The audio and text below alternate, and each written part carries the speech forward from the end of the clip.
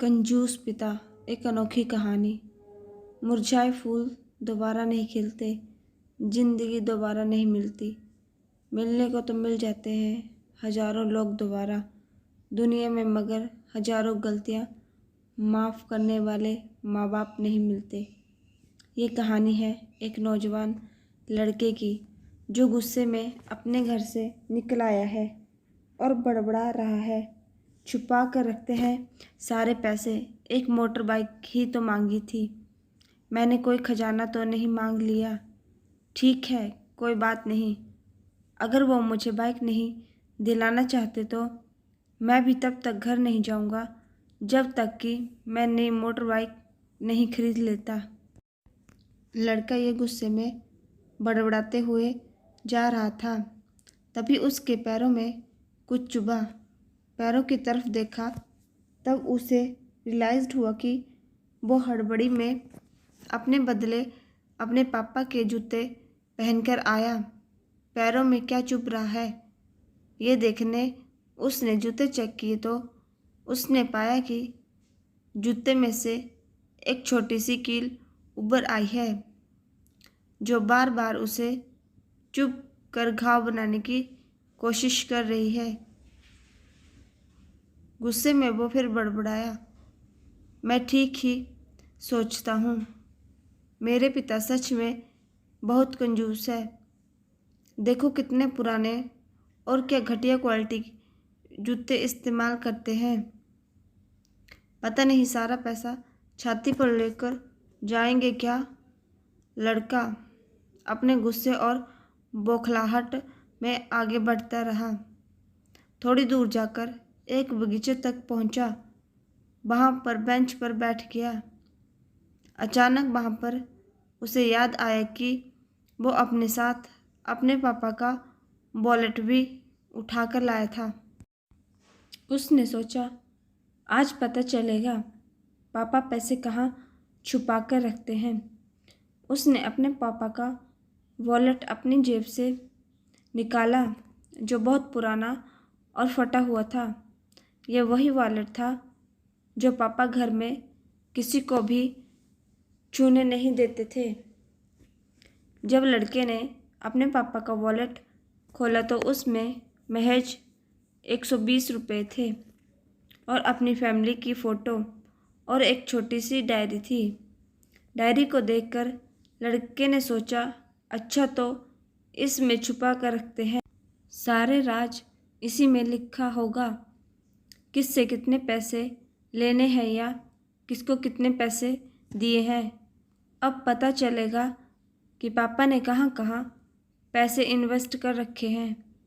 ऐसा सोच के लड़के ने जब उस छोटी सी डायरी का पहला पन्ना खोला तो उसमें लिखा था 40,000 बेटे की पढ़ाई के लिए उधार। लड़का ये देखकर शॉक हो गया।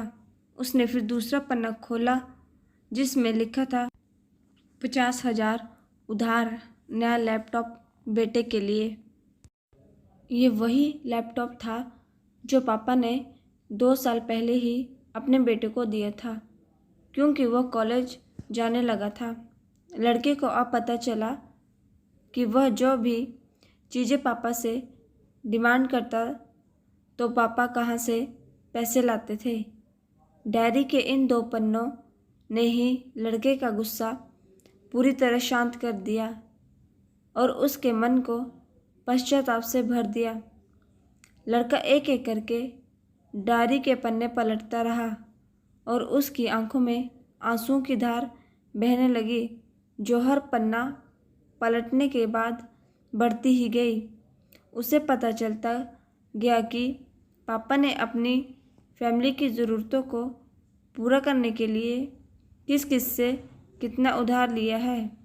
पन्ना पलटते पलटते लड़का पिछले दिन की डेट तक पहुंचा। पिछले दिन की तारीख वाले पन्ने पर लिखा था 50,000 बेटे की बाइक के लिए। इस पन्ने को पढ़ते ही बेटे को लगने लगा कि वो इस दुनिया का सबसे ख़राब बेटा है। लड़के ने जब डायरी का आखिरी पन्ना खोला तो उसमें लिखा था अच्छे जूते खरीदने हैं। हालांकि ये लाइन बेटे को समझ में नहीं आई, लेकिन वह अब जल्द से जल्द अपने पापा को मिलना चाहता था। इसलिए वो बेंच से उठा और अपने घर की ओर तेजी से चलने लगा। बगीचे के थोड़ा आगे रास्ते में पानी गिरा हुआ था, जिस पर चलने के बाद लड़के को अपने पैरों में ठंडक महसूस हुई। उसने अपने पैरों से जूते उतार कर देखे तो दोनों जूते नीचे तले से फटे हुए थे, जिनसे पानी रिस कर पैरों तक आ रहा था। जूते में निकली कील भी लड़के के पैर में जख्म बनाने में कामयाब हो गई थी। अब लड़के को माँ की वो बातें याद आई जब माँ पापा से कहा करती थी, अब तो नए जूते ले लो, कितने पुराने हो गए हैं। और पापा यह कहकर टाल दिया करते थे, अभी तो लिए हैं, कुछ साल और चल जाएंगे। बेटे ने दोनों जूते उतार कर फेंक दिए और फूट फूट कर रोने लगा। लड़का बड़ी तेजी से अपने घर की तरफ दौड़ा। न जाने उसमें इतनी ताकत कहाँ से आ गई कि रास्ता बहुत लंबा होने के बावजूद वो थोड़ा भी थका नहीं और सीधा अपने घर ही जाकर रुका। घर जाकर उसे पता चला कि पापा घर नहीं है, मगर उसे पता था कि पापा कहाँ मिलेंगे। वो तुरंत नज़दीक के बाइक डीलर के शोरूम पर गया, जहाँ पर उसका बाप उसके लिए नई गाड़ी खरीद रहा था। लड़का दौड़कर अपने बाप के गले से लग गया और फूट फूट कर रोने लगा।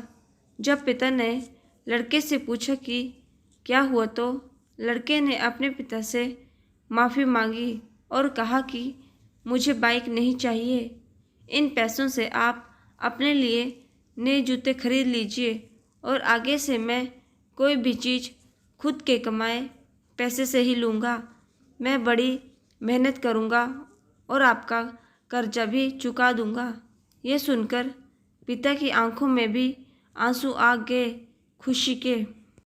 दोस्तों, बड़े खुश नसीब होते हैं वो लोग जिनके माँ बाप होते हैं, लेकिन अक्सर हम माँ बाप की मजबूरियाँ नहीं समझा करते।